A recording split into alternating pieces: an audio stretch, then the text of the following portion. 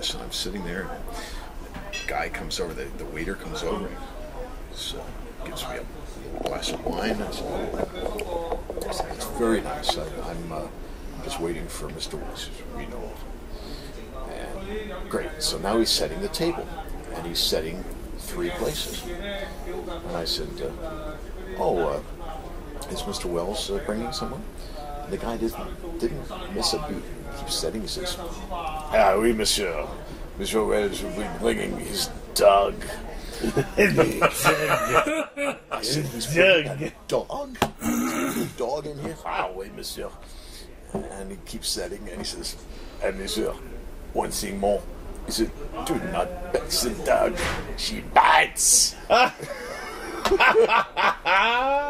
So here comes Welles. He right on the spot of 8, and he walks in, and he's got this fucking little poodle or something, and comes in. He says, hello, Rich. Great to see you. And he sits over there, and he puts the dog here. And they got at the table, and he's got a little dish of water, and the dog. And I'm going, nice dog. And he says, yeah, don't pet her, she bites.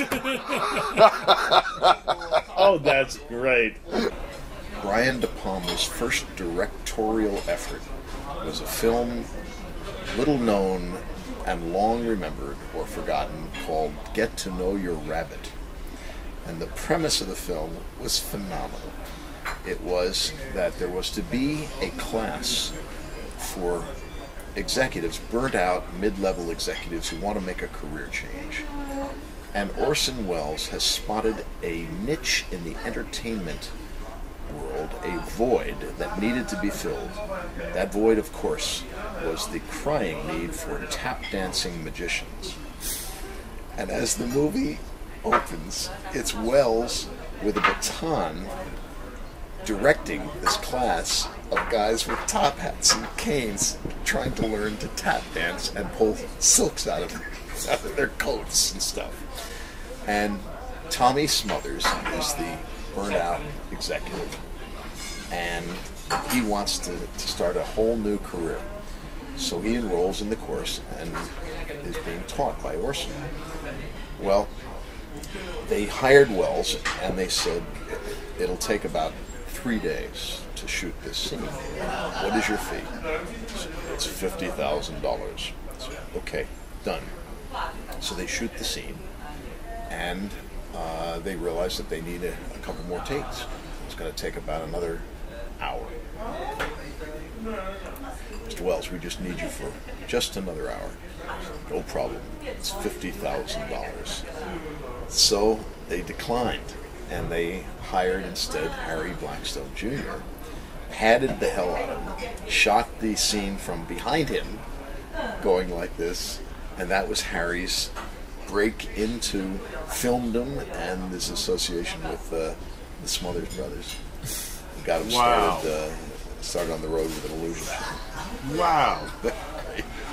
I have the film. I'll send you. It's a funny movie. It's very funny. Say the name of it again. Get to Know Your Rabbit. I've never even heard of that. Oh, I'm sure. It probably has well-deserved anonymity.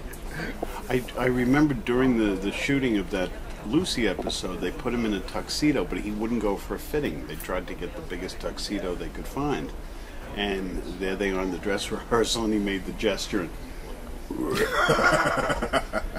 So she said, watch the episode. You will see he never turns his back to the audience because the tuxedo split up the back. Great. And they put like a black patch in it so that it wasn't all that noticeable. But yeah. Do you know who made the last film that Orson Welles ever appeared in?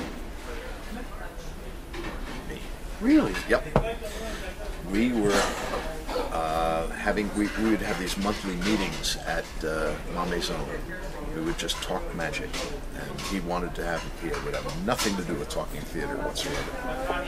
It was very clear he just wanted to talk magic, and we did. And he was just couldn't have been nicer to me. He was just such a great guy. And at one point, I was making a farce, a satire for my professional group, the National Academy of Arbitrators. And there's a book that's very well known in the arbitration field called How Arbitration Works. And the film was called How Arbitration Really Works. Okay. And arbitration is known as something that you don't get into until you have a little gray showing, and the people want to trust the wizened judge.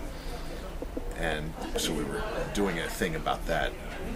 So the scene I made is with Orson sitting at a large table with a big bottle of wine next to him. And the doors swing open, and you zoom in on Welles, and he leans forward and grabs the bottle and says, "I will use no arbitrator before his time."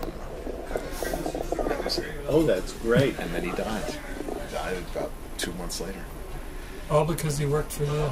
Well, many people have died being on stage with me. I've seen you die a couple of times. Last night, for example.